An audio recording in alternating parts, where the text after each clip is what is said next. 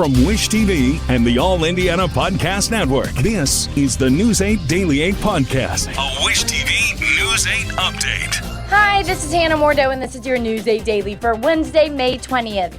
We're starting out a little bit wet outside, a few showers out there this morning. Expect the rain to stick around for the morning hours. We're going to dry out then.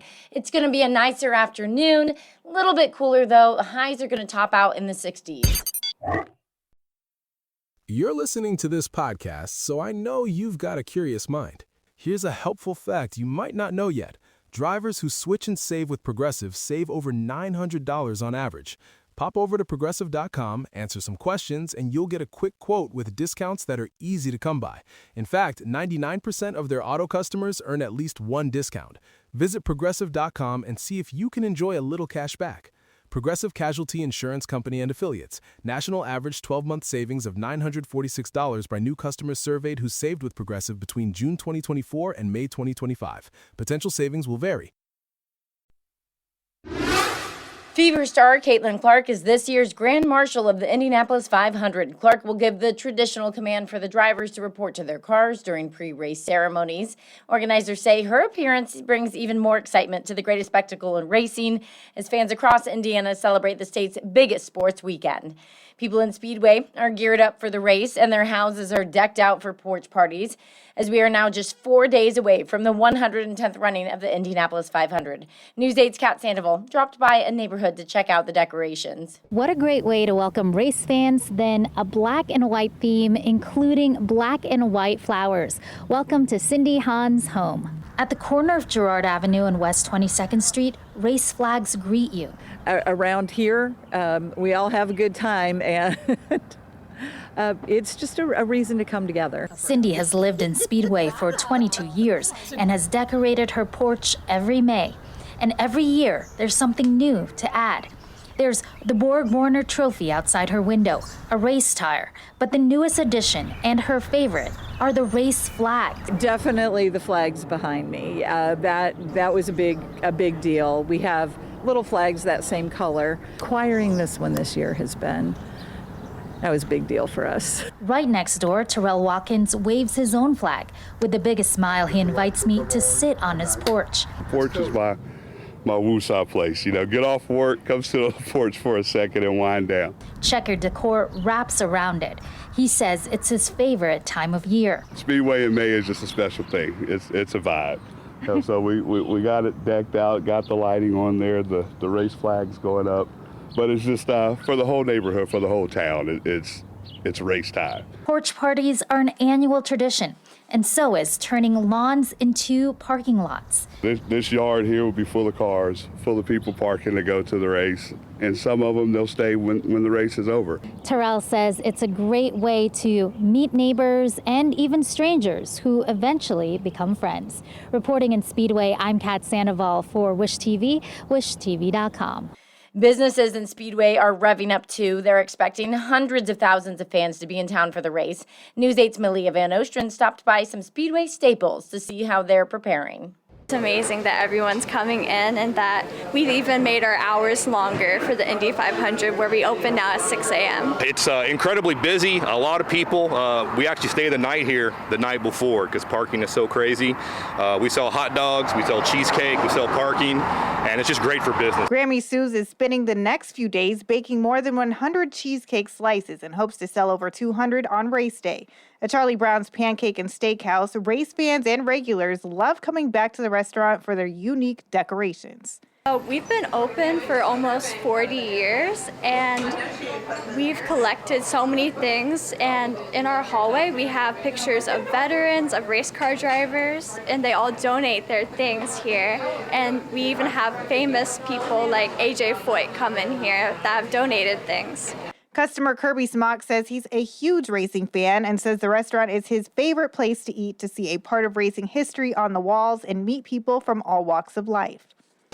I went to my first race in 1955, and I haven't missed one since. This will be 72 years in a row that I've been to the race. At Santa's Pit Stop in downtown Speedway, the store shelves are packed with race gear, ornaments, and something else shoppers may not expect, Santa-themed merch. Saturday, the day before the 500, it is just wall-to-wall folks. Let me tell you, it is elbow to elbow, and it's just everything we can do to get out from behind the counter to restock. Wilson, just like other Speedway businesses, say the month of May is a very important time of year when it comes to making sure they're ready so that they can have a good week of sales. In Speedway, I'm Aaliyah Van Ostrand for Wish TV and WishTV.com. The Indiana National Guard says it has finished training the first members of a new military police response force. A new state law helped create the force to supplement statewide law enforcement needs. News 8's government reporter Garrett Bergquist asked Governor Braun how he plans to use it. The new force consists entirely of personnel who are Army military police or Air Force security forces. Those are specific military occupations within the armed forces. And in certain situations, if we need extra help, this is about common sense training, because yes, I can do it, but if you're going to be called in to do it, it's not your normal thing as part of the Guard.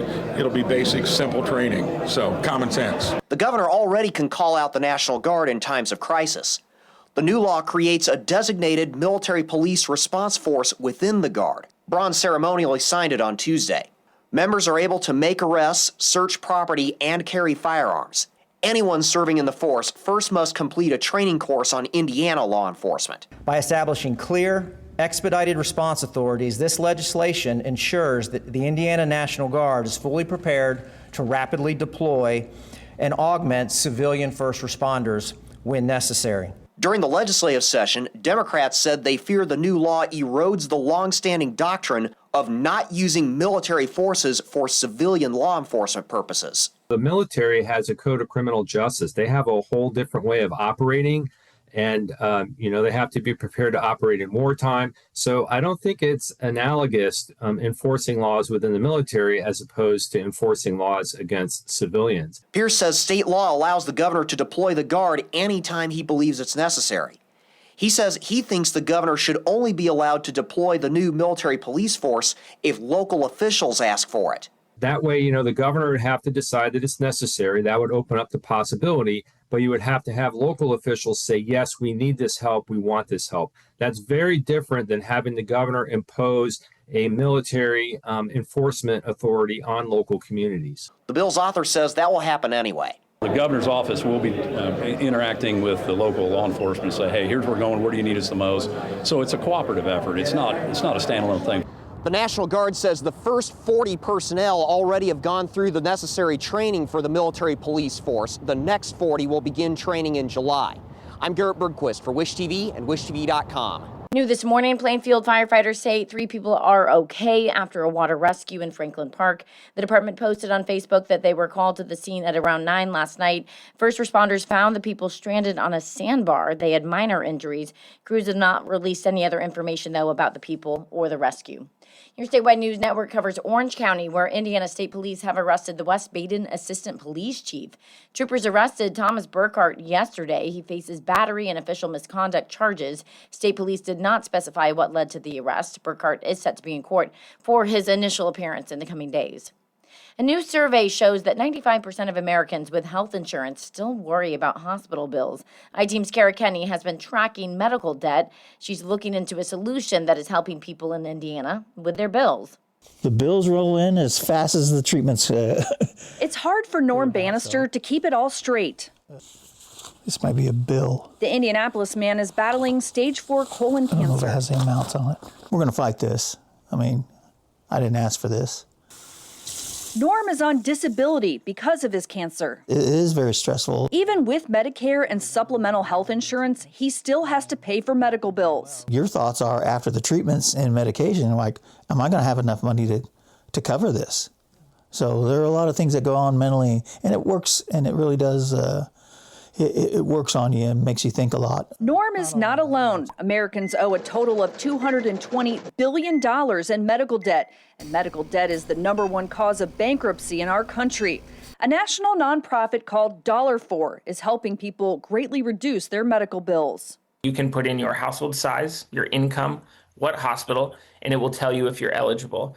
From there, we've created digital applications for every hospital. So you can fill it out on your phone, tablet, computer, and we submit it to the hospital for you. $4 works with hospital, charity care, and financial assistance to help you reduce your bills. Many people have shame in asking for help or think they don't qualify. What we found is that on average, if you are a family of 4 making under $100,000 gross annual income, you are eligible for something, which is much more generous than people think, right? Norm Bannister used $4 to whittle a $4,000 medical bill down to just $400. It's a simple process. You just fill out a few questions that they have toward you, and then they come back relatively quick. He says he can now focus on his treatment rather than the bills. And lastly, make sure you request an itemized bill from the hospital or your medical provider and look for any errors. Kara Kenny, I-Team. And the Indiana Hospital Association tells us hospitals are making consistent progress on making care more affordable for every Hoosier, saying, quote, well, Indiana hospitals offer payment plans to help patients avoid medical debt. IHA was proud to work with Governor Braun and legislators this session to ensure consistent communication on the financial assistance options available to every Hoosier. Kentucky Congressman and sharp Trump critic Thomas Massie has lost his re-election bid in the Republican primary to a Trump-backed candidate. President Trump recruited and endorsed Ed Gallivan, who defeated Massie. Massie and Trump's feud started after Massie voted against Trump's tax cut bill, pushed for the release of the Epstein files, and spoke out against the conflict in Iran. His concession speech last night, in it, Massie teased that his political career might not be over. In response, the crowd started chanting 2028 and President. Massie said, we'll talk about it later. Massie's defeat is the most high profile in a series of Trump-backed challengers, including here in Indiana, that have defeated Trump critics. In Washington, lawmakers took a step that could potentially limit President Trump's war powers amid the conflict in Iran. The Senate advanced a measure aimed at requiring congressional approval for any future military action in Iran. 4 Republicans joined all but one of the Democrats to approve the measure, 50-47. The vote comes after the Senate had previously rejected similar efforts about 7 different times. 3 Republican senators were not there for the vote, making it unlikely that the measure will succeed on final passage. Back at the track now, the rookie drivers got a crash course in the milk tradition this week. The annual American Dairy Association of Indiana rookie celebration was at IMS last night. Officials say it is a chance to celebrate the 4 rookies on this year's grid. Mick Schumacher has the best starting position out of the rookies, starting 27th on Sunday. Before the event, the rookies took turns milking a cow, something they hope brings them luck in the race. It's pretty simple, I guess. You just squeezing the milk. I felt bad we wasted it. I figured we were going to be bottling it up somehow or something, but yeah, it's cool. Cool creatures for sure. Eric was showing us how to do it properly, and so I think it's once you understand the mechanism of how it works, I think it's pretty easy. I grew up on the countryside in Norway, so I've been around cows and animals before, but I've never milked one, so that was a new experience. The first rookie celebration dates back to 1975. The drivers for the Indy 500 have officially chosen what milk they want if they win. You can see the full list right now at wishtv.com, but here is basically what it sums up as. 25 drivers chose whole milk, 7 chose 2%, and 1 chose skim milk. 2 Indiana dairy farmers will hand the winning driver their milk of choice in Victory Circle after the big race. A new documentary premiered last night at Newfield about a longtime IndyCar team owner and former driver. It's called Bobby Rahal, True American Racer. It premiered to celebrate 40 years since Rahal won the Indy 500 back in 1986. Plenty of big names were there last night, including former Vice President Mike Pence, IMS and IndyCar President Doug Bowles, and 2-time Indy 500 champion Al Unser Jr. Rahal says he's honored to watch the documentary. Rahal is a co-owner of Rahal Letterman Racing and has raced across multiple racing series. His son, Graham, is a driver in this year's race. Obviously super flattered, super honored. To be honest, I never imagined there'd be a documentary done on me and my career, but it's been a lot of fun to all the interviews and everything, and I hope everybody enjoys my story, my journey, and so far the response has been pretty good. We've got so much coverage for you ahead of Sunday's Indy 500. Join us for All Access Indy, the 500, on Thursday night, 6:30 on Wish TV. From the biggest storylines to exclusive interviews and more, we have got you covered with our annual 30-minute race preview on Wish TV. And then watch Sunday morning for Daybreak Race Day starting at 5 a.m. We'll get you geared up for the race. This has been your News 8 Daily from Wish TV. I'm Hannah Mordeau. Watch us on Wish TV and wishtv.com. This is the News 8 Daily 8 podcast, a Wish TV News 8 update on demand for even more on demand and on the go. Connect with Wish TV on Facebook at wishtv.com and on the free Wish TV mobile app. Thank you for listening, and be sure to like, subscribe, and follow this podcast for updates every weekday morning on the All Indiana Podcast Network and wherever you get your podcast.